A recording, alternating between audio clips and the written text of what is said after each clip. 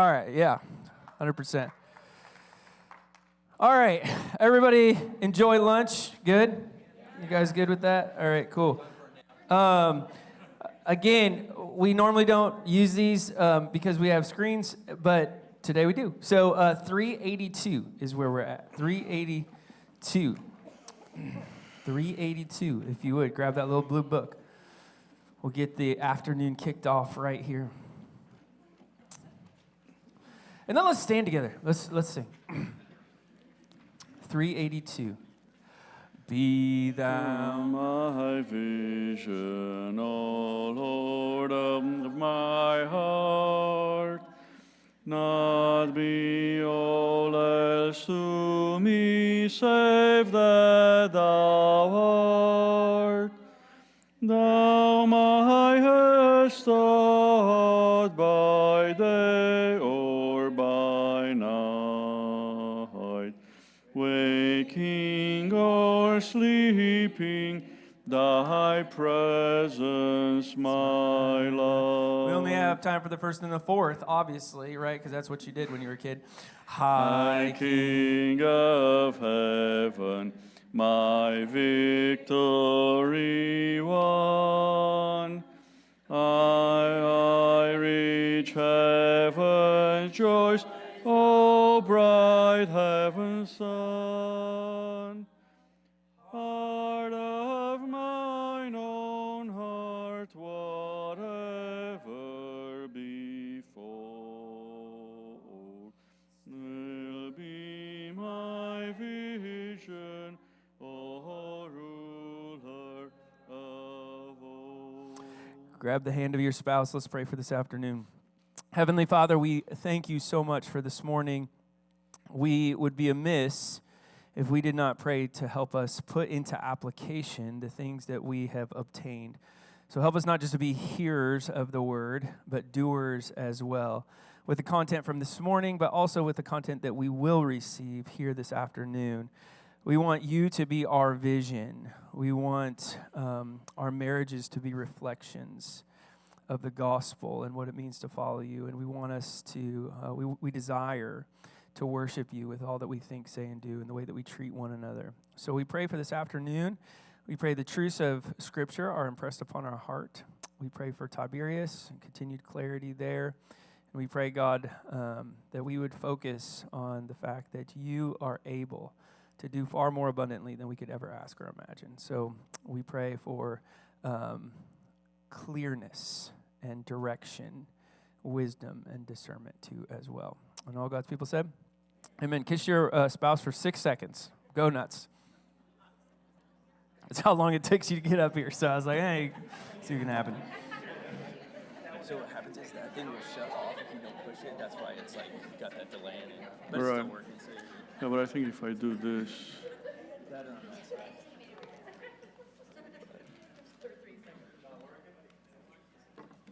There it goes. You're good.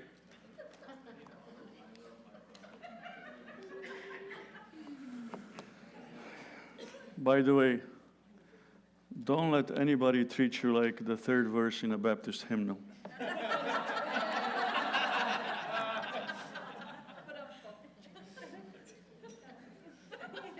think it'd be more the second, wouldn't it? Like, Did you catch? We never sang the third verse. yeah, it's the third. 1, 2, 4, 1, 4, 1. You have to. It tells the whole story. You have to sing. Right. I know.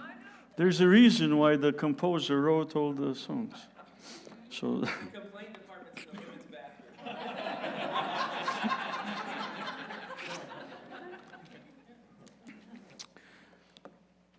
A few obstacles to great sex from a book by John Collins. One is misinformation. Some of us grew up, like I grew up in a household where I never heard about anything about sex. My parents never talked about it. It was, you don't talk about those things. So, misinformation can come from peers, from inhibitions, unrealistic expectations, because we get the idea of sex from movies. And so we saw that in the movie, that's how we must be. Um, Later in life, after you have kids, it's fatigue,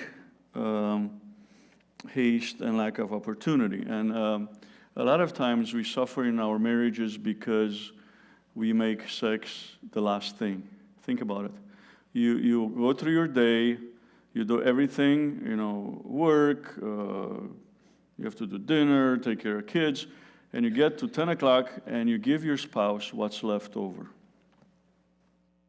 And you're surprised why your sex life is not good. Why? Because you're giving your spouse your leftovers.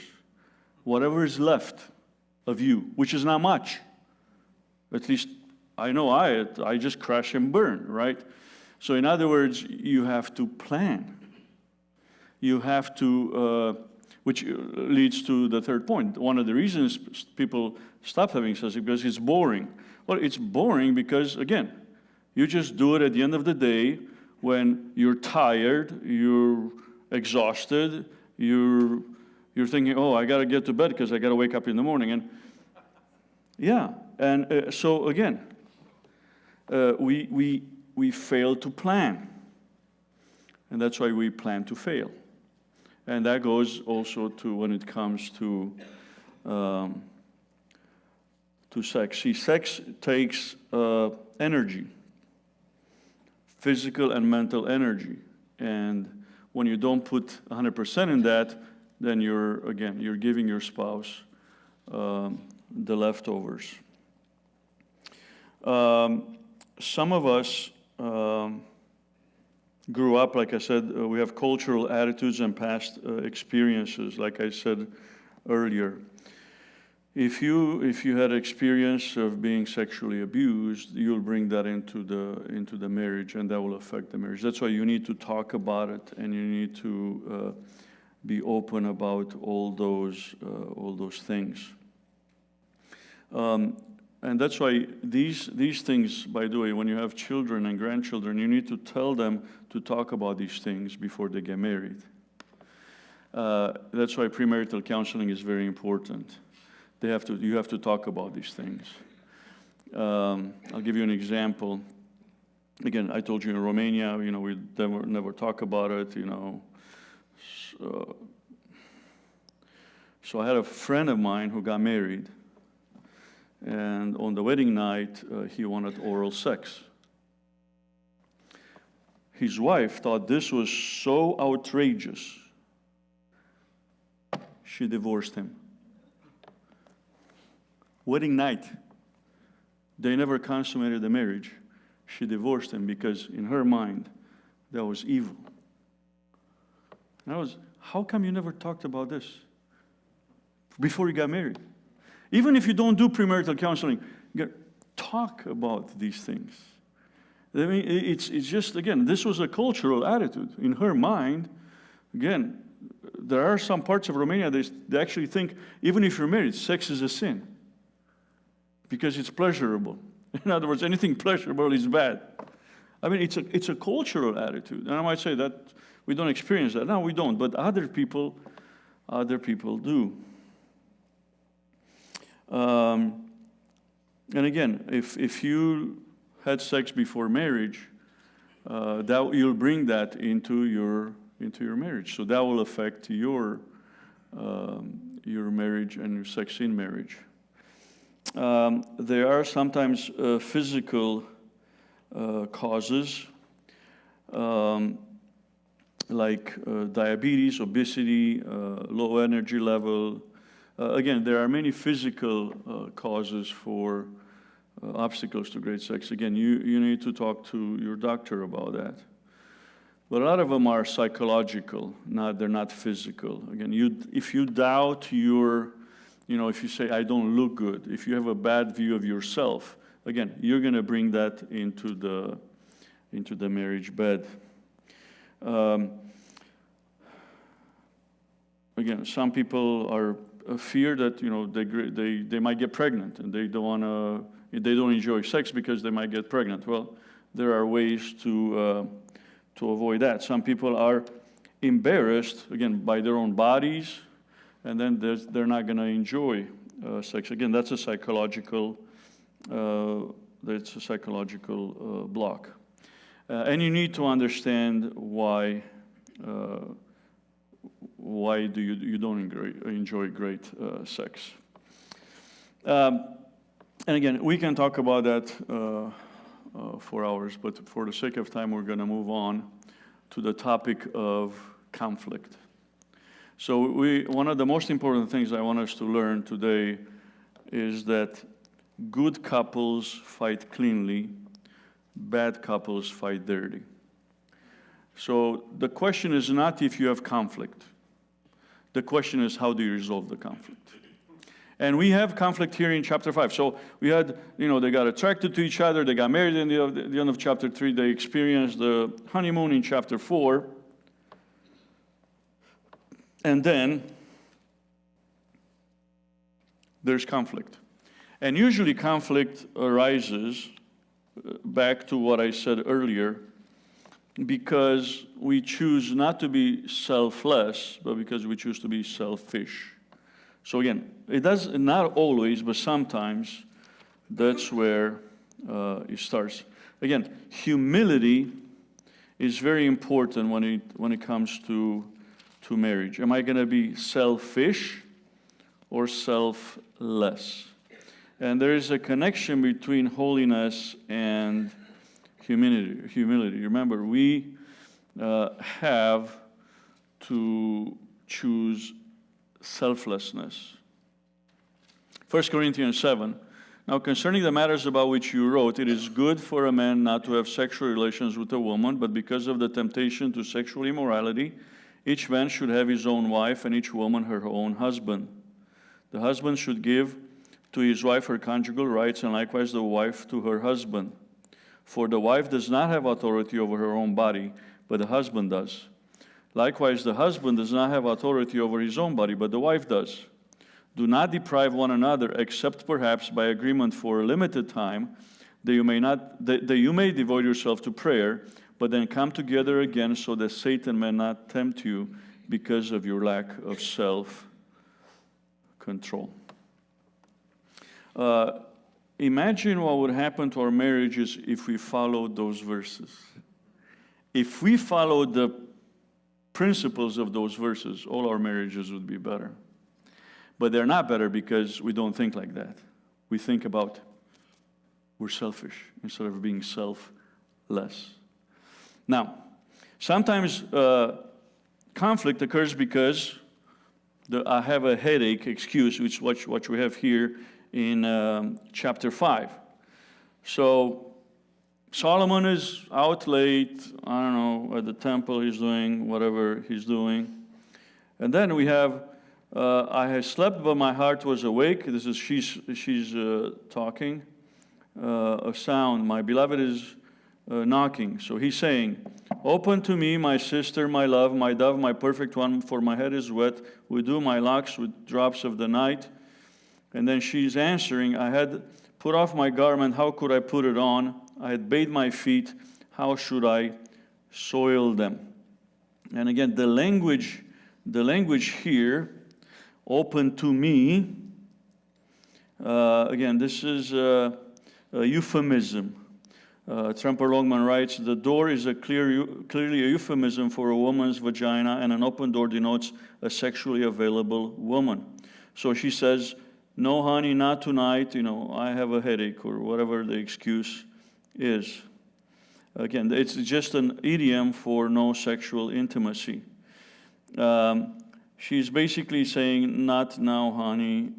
This is the beginning of the conflict. He wants something, and she says no. And a lot of the guys at this point would, if they're selfish, they say, well, let's read 1 Corinthians 7. They would throw the Bible at you. Oh, let's read 1 Corinthians 7. I have authority over your own body. By the way, people, that never works.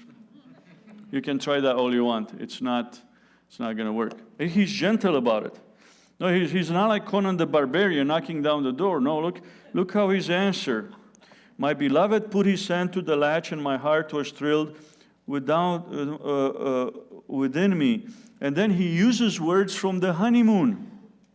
I aroused, opened my beloved, and my hands dripped with myrrh, my fingers with liquid myrrh on the handles of the bolt. Again, he appeals to her memory and tries to remind her of the honeymoon. Remember the honeymoon. Remember the wedding. Remember the good old days.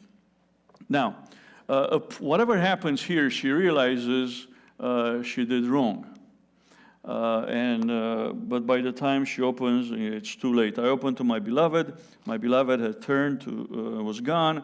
My beloved failed me when he spoke. My soul failed me when he spoke. I sought him, but found him not. I called him, but he gave no answer.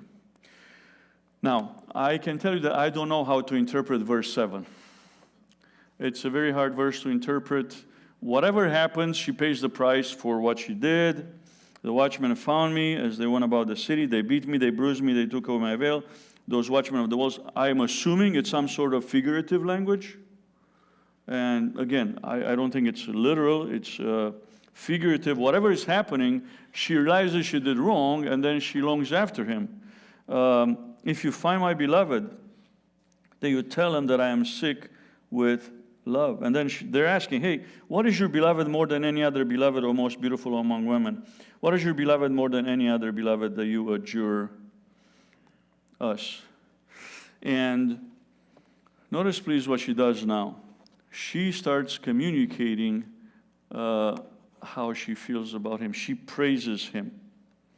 He stands out. My beloved is radiant and ruddy, distinguished among 10,000s. And just like he described her back in chapter 4, now she is describing him. Again, starting at the head and now moving down his body. His head is fine as gold. His locks are wavy, black as raven. His eyes are like doves beside streams of water, bathed in milk. Sitting beside a full pool, his cheeks are like beds of spices, mounds of sweet-smelling herbs. His lips are like lilies, dripping liquid myrrh. His arms are rods of gold, set with jewels. His body is polished ivory, but bedecked with sapphires. His legs are alabaster columns set on bases of gold. His appearance is like Lebanon, choice as the cedars. His mouth is most sweet, and he is altogether desirable. This is my beloved, and this is my friend, O daughters of Jerusalem. She also goes back to honeymoon language. By the way, when she says distinguished more than 10,000, that's like a Hebrew idiom that says he is like no other in her estimation. There is nobody else. There is nobody else. And again, that's how we should speak about our beloved. In the process, she is reminded, or she reminds all of us of her identity. I am my beloved's, and my beloved is mine. He grazes among the lilies. In other words, her identity is not based on what she does. Her identity is on who she is. That's very important. Because think about what's happening in our culture. We are defined by our sin. I am this or I am that. And our identity is based on our sin. No, our identity is based on whose we are. And conflict resolution begins with good communication. And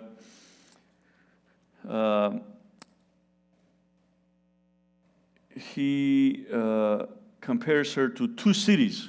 Now, you've heard of Jerusalem, right? You are beautiful as Tirzah, my love, lovely as Jerusalem. You've heard of Jerusalem as the capital city, but you've never heard of Tirzah. Tirzah, at one point, was actually the capital of the northern kingdom. So both of them are capital cities. In other words, she is important. She is beautiful. Your cheeks are like half of pomegranate behind your veil. Again, he goes back to honeymoon language. If you look in, again, in verses 5, 6, he talks about her hair, her teeth, her cheeks. 6, 8 to 9, there are 60 queens and 80 concubines and virgins without number. But my dove, my perfect one, is the only one. the only one of her mother, pure to her who bore her. The young women saw her and called her blessed. The queens and concubines also they praised her. So some lessons we need to learn about communication. One of the things in communication is to never use the word never. That's one of them. And then we're going to actually learn what to never do. Never speak rashly. Ephesians 5:18 through 20. Do not get drunk with wine, for that is debauchery, but be filled with the Spirit, addressing one another in psalms and hymns and spiritual songs, singing and making melody to the Lord with all your heart, giving thanks always for everything to God the Father in the name of the Lord Jesus Christ, submitting to one another out of reverence for Christ. Whenever we speak rashly, that's not a hymn, is it? That's not a spiritual song. I mean, go back to the text. Addressing one another in psalms and hymns and spiritual songs, singing a melody to the Lord with all your heart. So never speak rashly. Never confront your mate publicly. Never fight in public. Never fight in front of your kids, by the way. That's the next one. If there is a conflict, and it happens, it starts in public, you wait until you get, and there are just the two of you to talk about it. Never say never and never say always. Why? Because whenever you say never and when you say always, you exaggerate. And when you exaggerate, that means something is wrong. Something is wrong. And we'll talk more about that in a second. And never get historical. Again, I didn't say hysterical. I said historical. Whoever covers an offense seeks love, but he who repeats a matter separates close friends. Never say, remember what you did 2 years ago? Remember what you did 3 weeks ago? If you bring it up, means what? You have not forgiven.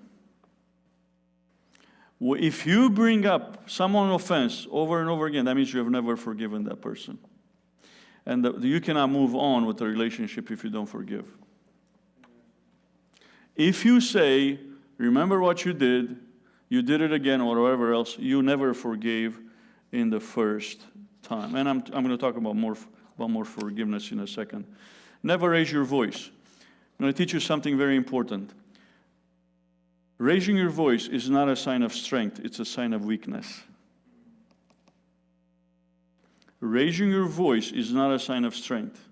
That means you're so weak, your argument is so weak, you have to raise your voice, you have to scream, you have to yell. That means you don't have a good point.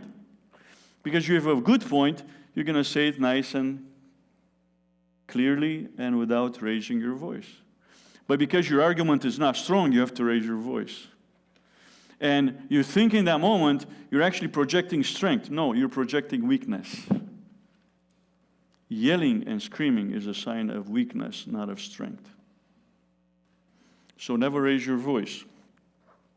Never call each other names. This is great right now in this political climate we are in. Because if you watch the news, and when people start call themselves names, you know what that means? They lost the argument. Whenever you have to call the other person a name, that means your argument is so weak that you have to call them names. And whenever you start calling someone else names, that means you lost the argument. And your argument is so weak that you have to make it up by calling someone else a name, which means what? Bringing them down. Remember, basement people. You're bringing them down, or you're trying to bring them to your level.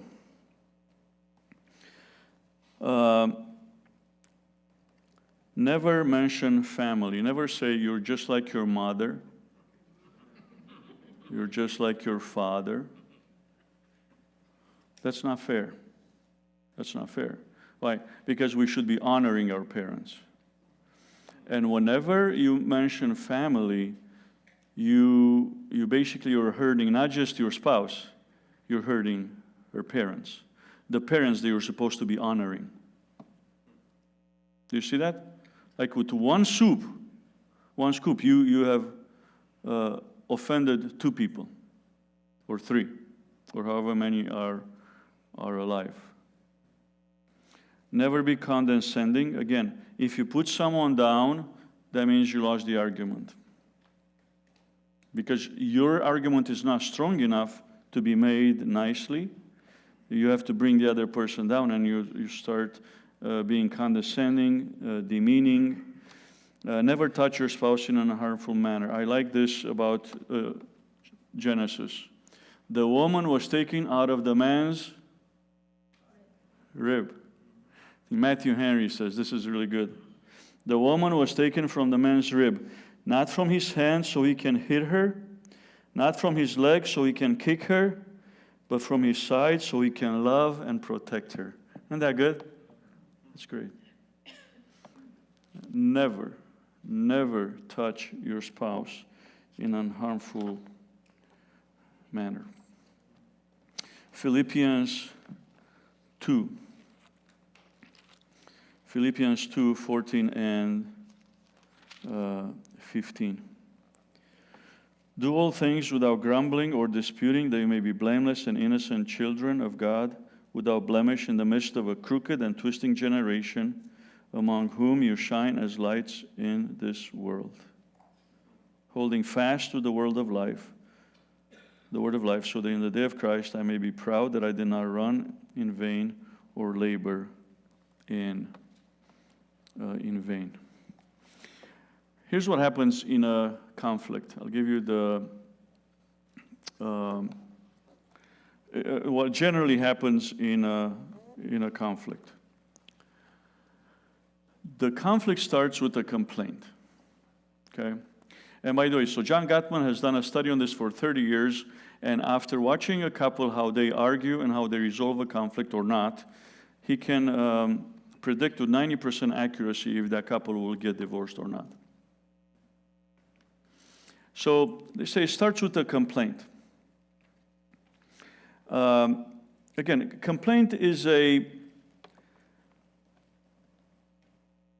specific statement of sometimes displeasure, distress, or negativity. And I want you to understand that it's very simple to resolve a complaint, to resolve it. So a complaint can be something very simple like let's say Bethany says to Jordan, hey Jordan, we don't go out as much as we used to. Now, did she call him any names? Did she like put him down? No, she just made a statement of fact, right? Of how she felt. Look, we never go as much as we used to. Now, Jordan, how easy is that to fix? How easy is it to fix? Huh? How easy? How do you respond?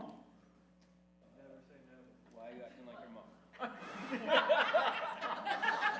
He said, why are you acting like your mom?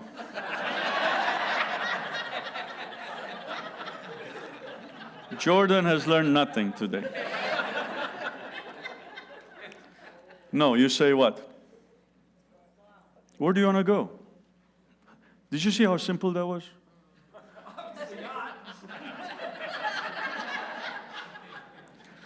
You should both pull out your phones and say, okay, let's schedule a date night. Did you remember what I said about planning? When you fail to plan, you plan to fail. And the reason Bethany's even bringing that up is because it hasn't been planned. And that's why it's good for you to sit down. Some people have the rule of 2-2-2. They go on a date every 2 weeks. They go away for at least one night every 2 months. And they go on a vacation at least every 2 years. Again, that's not the chapter or verse. Some people say that might be good. Some of you like to go out every week. That's fine. But if you don't have a plan, maybe 2-2-2 is good for you. Just schedule a date every 2 weeks. Hey, we're going out for the weekend. We're going to go to Chicago, watch the Cubs or the Bears, right? or whatever. You go to Traverse City, or it doesn't have to be anything elaborate. But your spouse likes to know that you are planning, and then every 2 years go on a vacation somewhere. By the way, I am putting together a trip to Egypt in May of next year if you want to come. Going to the land of the pharaohs. If you want to see the pyramids and go down the Nile on a cruise, talk to me. But your wife is probably not thinking about Egypt. She's probably thinking, hey, I just want to go to Taco Bell. Hey, honey, I have a gift card.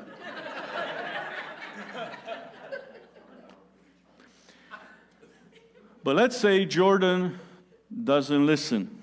Surprise, surprise. The complaint will move to criticism. Now, I want you to understand that criticism is much less specific.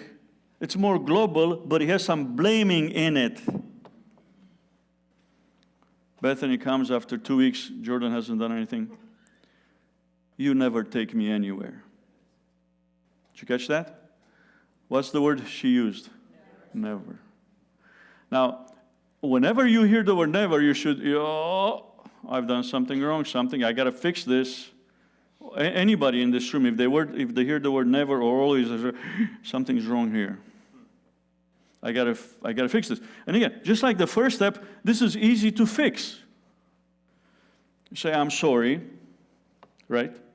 I'm sorry. And you can come up with excuses, whatever. They won't help, by the way. But I'm going to fix it again. Let's plan something. Where do you want to go? Take her to her favorite restaurant. Maybe take her to the place where you first dated. I don't know.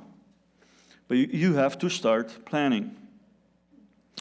2 more weeks and Jordan doesn't do anything. And you get down to contempt. Contempt is the lower step you can have in your relationship, and your intention is to insult your spouse. You never take me anywhere. You're so insensitive and cold. Did you catch that? Not only did I use never, then I got down to name calling. And Gottman says, no relationship will survive at the contempt level. They can, with 90% accuracy, say what couples are getting divorced. Because how long can you live with someone that just keeps insulting you? Not long. Not long. That's why the best thing is to resolve the conflict when it starts, at the complaint stage. Don't let it get down to the disrespect. Again, because basically what she sees is that, look, you don't care. You don't love me. You're just worried about you and your job or whatever else. So then what she does, she's going to keep going down that line. And again, this happens with guys as well. But when you get to the contempt and you just are disrespectful and call each other names, that relationship cannot survive. So all I'm saying is that whenever you see conflict beginning, you need to resolve it right away. And as I showed you, it's not hard. It's not hard. It's a very easy fix if you do it at the complaint level. Once you get a contempt, it's going to be very, very hard to survive. So, is it wrong to have emotions? No. It's not wrong to have emotions. The question is, what do you do with them?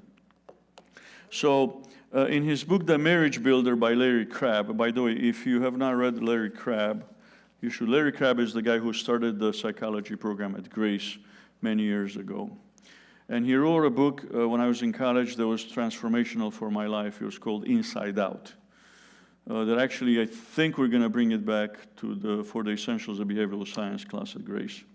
But his book, The Marriage Builder, he talks about, what do I do with my emotions? Because, again, you will have emotions in marriage. And he gives example of Ezekiel in the Bible. He went through a very hard time. I mean, his wife died, and God says, don't mourn for her. Get up the next day and preach her funeral. I mean, some really tough things God asked him to do. But the first thing we need to do is to acknowledge how we feel. Emotional acknowledgement is always proper. So acknowledge to ourselves and to God how we feel, allowing ourselves to inwardly experience the full weight of our emotion. So even with the example I gave, the slide before with the complaint, Bethany has to acknowledge how she feels. One of the worst things is to say, it's not that bad. No, it is that bad. So, but you have to acknowledge it. And then you have to express it. See, emotional expression is legitimate, but subordinate the public expression of our feelings to the goal of allowing God to use us for His purposes. See, that's where we make mistakes. I feel this way, I'm just going to tell it like it is, right? Don't raise your hands. Have we done that? We've done that, have we? Yeah. I feel like that, I got to express it, right? I can't bottle it up because I'm going to explode. No. You got to express it, but you got to subordinate the public expression of our feelings to the goal of allowing God to use us for His purposes. Here's where Crabb writes, I am never free just to get things off my chest. Oh, I got to get this off my chest. By the way, this is called dumping. I must freely admit to myself and to God how I feel, confident that God's justifying grace provides me with His acceptance no matter what my emotions are. I'm not to suppress my feelings. I must then evaluate whether expressing my acknowledged feelings to anyone other than God will serve His purpose, and I must control their expression accordingly. Even with our spouses, imagine what would happen if I have a complaint, and instead of going to my spouse, I go to God first. But we never do that. Let me rephrase that. We rarely do that. No, we rarely do that. We all make mistakes, right? If there's a conflict, we gotta, the sinful nature in us wants to attack. Some of us retreat. So most men in a conflict will shut down. Don't raise your hands. They will retreat. They will shut down. And that's why I want to ask the ladies to avoid what's called flooding. See, the male brain has limited emotional capacity. Please don't say amen.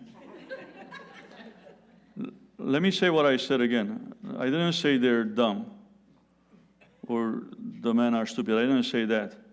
But this is a statement of fact. Male brains have limited emotional capacity. We are like Forrest Gump with a college degree.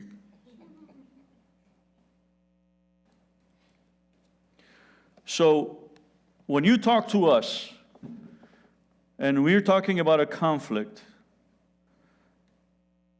our male brain can get overwhelmed when you talk too much. Does that make sense?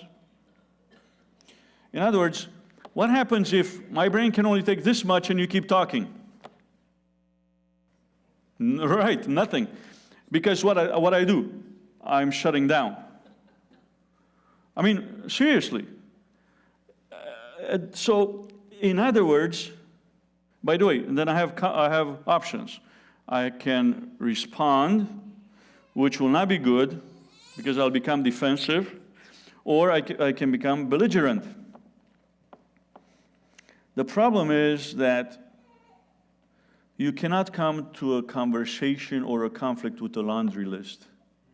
Ladies, if you have something to complain about, come with it one at a time. Don't come with a laundry list because what? My brain has been flooded already from number 1. You're on number 3, I don't know what you're talking about because I'm still thinking about number 1. We laugh, but that's how we're built. It could be the result of the fall, I don't know what it is. But we need to learn how to communicate with each other and how to resolve conflict without doing more damage than good.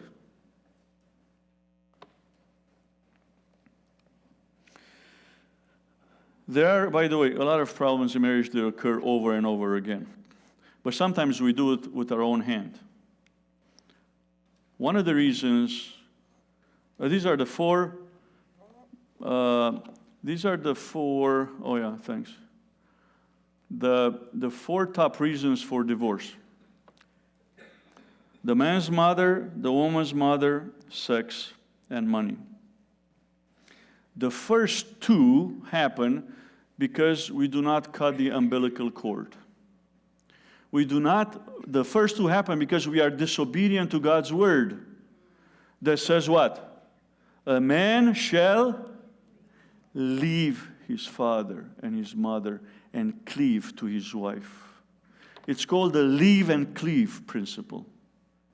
And a lot of marriages are in trouble from the start because the man is too much of a mama's boy and cannot cut the umbilical cord. And doesn't understand that, hey, now I have a new family unit. Now again, it doesn't mean that you stop loving your mother and your father. It doesn't mean you're not going to call your mother and your father, okay? But it means that you're now a family unit, and your father and mother cannot tell you what to do anymore. You got to act like a man now. You are the man of the house. But it happens to the woman as well. The woman gets into they get into an argument, and, she calls her daddy. Daddy, he's being mean to me. I want to come home. And if the father is smart, he says what? You are home. You are home. And when the father is not smart, he says, yeah, come on over, honey. I'll make you feel better. You have not cut the umbilical cord. Again, it can be the mother, it can be the father. You get the idea.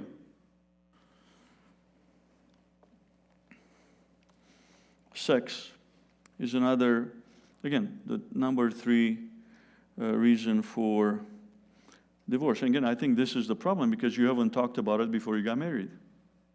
You went into it in the hopes that, we'll figure it out. And then money. If you don't know how to deal with money, and if one of you is a spender and one of you is a saver, there will be eternal conflict in your marriage. Not only do you have to figure that out before you get married, well, hopefully, but now that you're married, if you have to talk about it. And I don't just mean how to spend money. I mean the first decision you have to make is, are we going to tithe or are we not going to tithe? I mean, I am blessed that my wife and I were on the same page on this respect, because her father taught her this principle. Whenever he would get paid, he would have an envelope in Romania, and the 10% of whatever he was getting paid, he put in the envelope, and then take that to the church. And I did that when I came to the States. My first job was to clean office buildings, and I made like $40 a month. And that's when I decided that, hey, whatever I'm going to make, 10% at least will go to the church. And if you don't give when you make $40 an hour, you're not going to, $40 a week, or you're not going to give when you make $400 or $4,000. That's why it's very important to teach your children and your grandchildren how to do this. Our son Nick is, making money right now with his video stuff. And the first thing I told him, you got to learn to find a church or a ministry or a mission where you're going to give your tithe to. I'm not going to tell you what to do, where to give it, but you have to decide. And he started doing it. But I had to teach him. Nobody is going to teach him if you don't teach him, right? How often do you preach of tithing in the church? Every Sunday. Well, I'm grateful John is here so he can teach them what to do. But listen, I had churches where they call me when it's time to preach on giving because the pastor is afraid of preaching on giving. But it's in the Bible. If it's in the Bible, you got to preach it and you got to teach it. So make sure you are on the same page. If again, teach your children and grandchildren, not just about being wise with money, but the importance of money and giving money to God first. And then another thing that we ignore is giving money to our elderly parents. Mark chapter 7 says, remember Jesus is arguing with the Pharisees and the scribes, and Jesus says, you have replaced the word of God with your tradition. And you had a fine way of doing it. In other words, if your parents need you to help them, you say, I can't help my parents because it's korban given to God. In other words, if you have elderly parents who need your financial help, you need to help them first before you give your money to the church. But I'm sure you never heard that sermon anywhere because it's not popular. It's not popular. And I realized that in my own life when my dad passed away about 2 years ago, and I realized right away that my mom now is a widow. So my whole view of her has changed. And the first check when I get paid goes to my mom. And then I give to the church. It's something you got to learn to teach your children, because nobody else will teach them. Read Mark chapter 7. There are some issues in marriage that are perpetual, that will never change.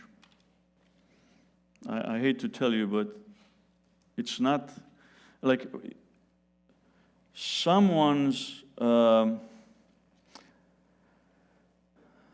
level of emotion, or it will not change.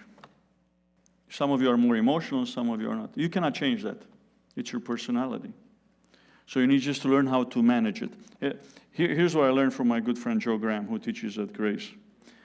70% of problems in marriage will never be resolved. 70.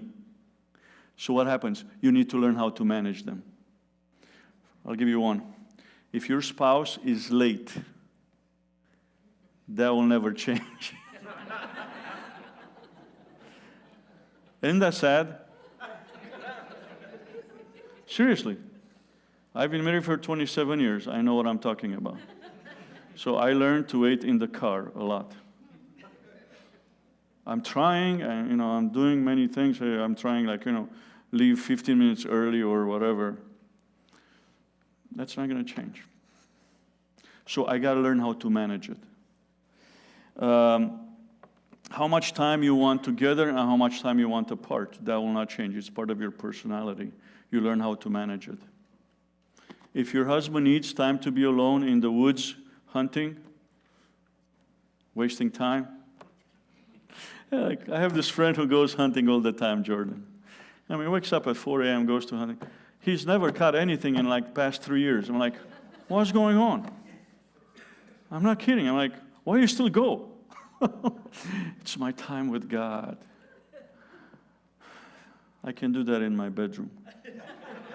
I don't have to be there in the woods at 4 a.m. Anyway.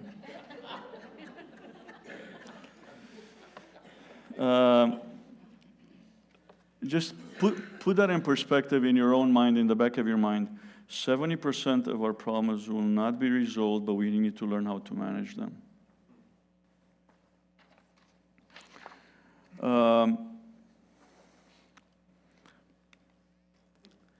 He goes back to language of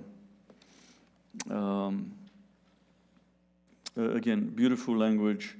You are beautiful and graceful. How beautiful are your feet in sandals. Your rounded thighs are like jewels, the work of a master hand. Your navel is like a rounded bowl that never lacks mixed wine. Your belly is a heap of wheat encircled with lilies. Your two breasts are two fawns. Again, language back from the honeymoon period. What time are we supposed to stop? 5 more minutes. Okay. Marriage, the reason I call this the art of romance is because, like good wine, marriages should get better with time. And that was our experience. I mean, for us, the hardest year was the first year of marriage because I was dumb, you know. But after that, you know, after I realized what I was doing wrong, you know, everything got better and better. But I can tell you that marriage is hard work. So if you want your marriage to be good, you have to work at it. It's never going to be on cruise control. Because, you know, things change, right? Your kids grow up. I don't know what stage of life you're in, but we're very close to being empty nesters. There'll be very different stage of life than when we had kids and we drove them everywhere and all the sports and all that. It's different. It's a different stage of life, but you still got to work at marriage. Romance is hard work. It doesn't just come to you. Conflict doesn't stop.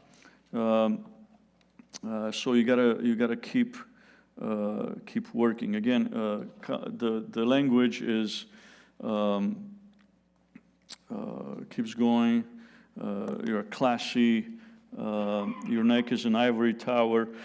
Your eyes are poor of Heshbon by the gates of Bat Rabim. Your nose is like a tower of Lebanon, which looks toward Damascus. Again, these are dignity. She's classy. She's royal. Your head crowns you like Carmel, and your flowing locks are like purple. A king is held captive in the tresses. By the way, the color purple was the color of royalty. So she responds to him by being romantic. I am my beloved's, and his desire is for me. Again, we have this countryside as the location for the intimacy. Come, beloved, let us go into the fields and lodge in the villages. Let us go out early to the vineyards and see whether the vines have budded, whether the grape blossoms have opened to the pomegranates in bloom.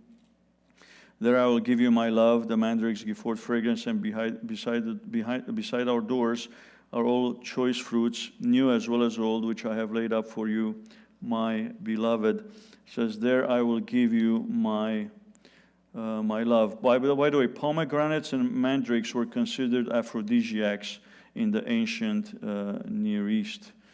In other words, they're not. The Solomon is not thinking, "Hey, we're going in the village to play chess." Basically, that's not what we're doing. So the language is pretty clear. The question is, what about the public display of affection? Oh, that you were like a brother to me who nursed at my mother's breast. If I found you outside, I would kiss you, and none would despise me. Why is she saying? She's saying that in ancient Near Eastern culture, the only men that a woman could touch in public were her father or her brother. In other words, she could not touch her husband like that in public. That's what she's saying here.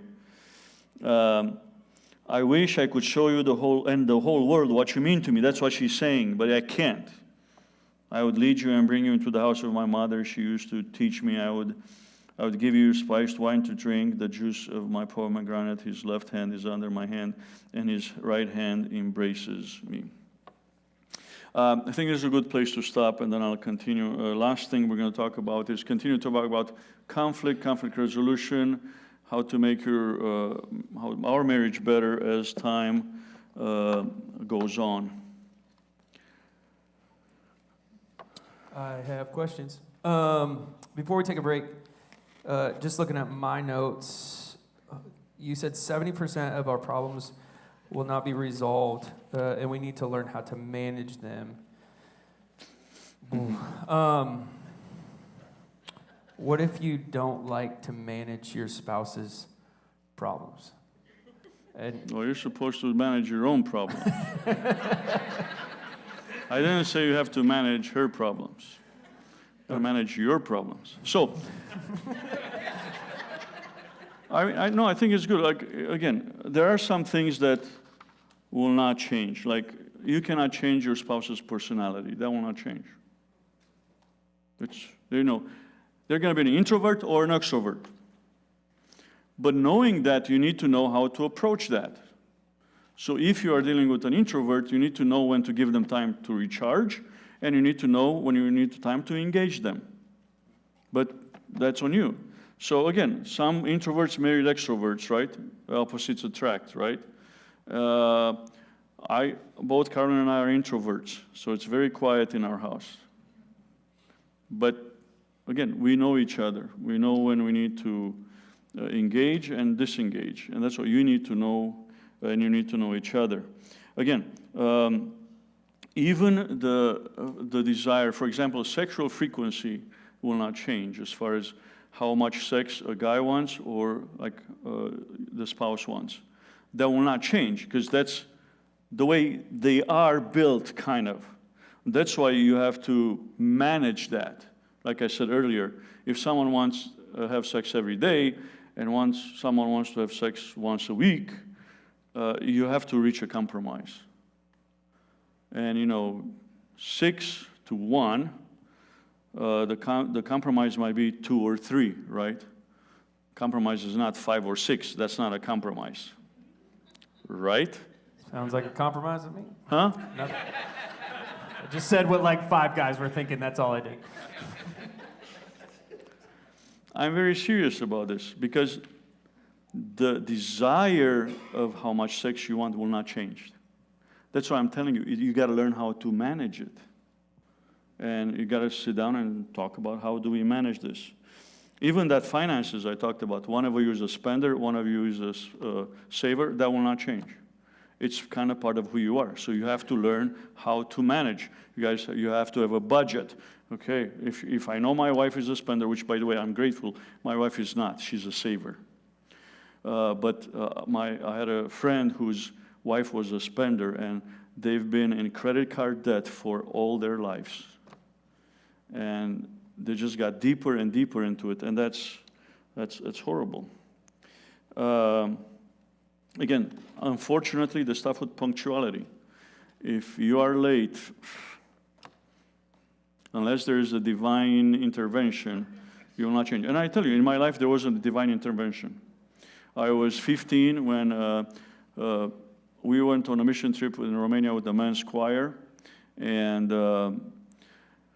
we took the train from my city to the capital city, Bucharest, and we sang there, and then we were supposed to go to another town, and 4 of us guys, all of us were given free time in Bucharest. I say, hey, you guys go have free time, and then we'll meet at the train station at a certain time, and we'll go to the next city. Well, the 4 of us guys that were walking around, we were late.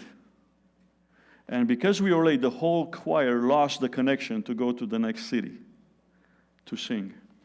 So one of the elders of the church came to us, took us aside, and he rebuked us. I mean, he spoke the truth in love. But I can tell you from that moment on, I hated being late.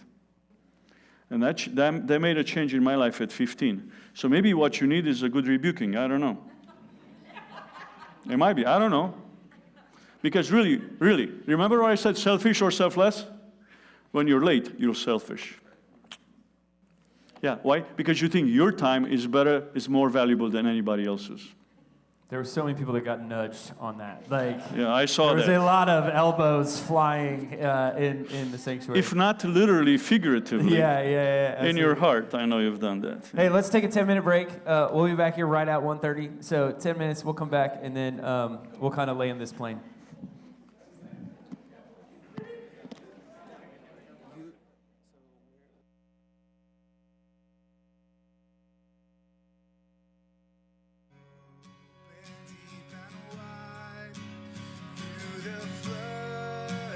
Of God's mercy, flow to vast and gracious tide, grace and love like mighty rivers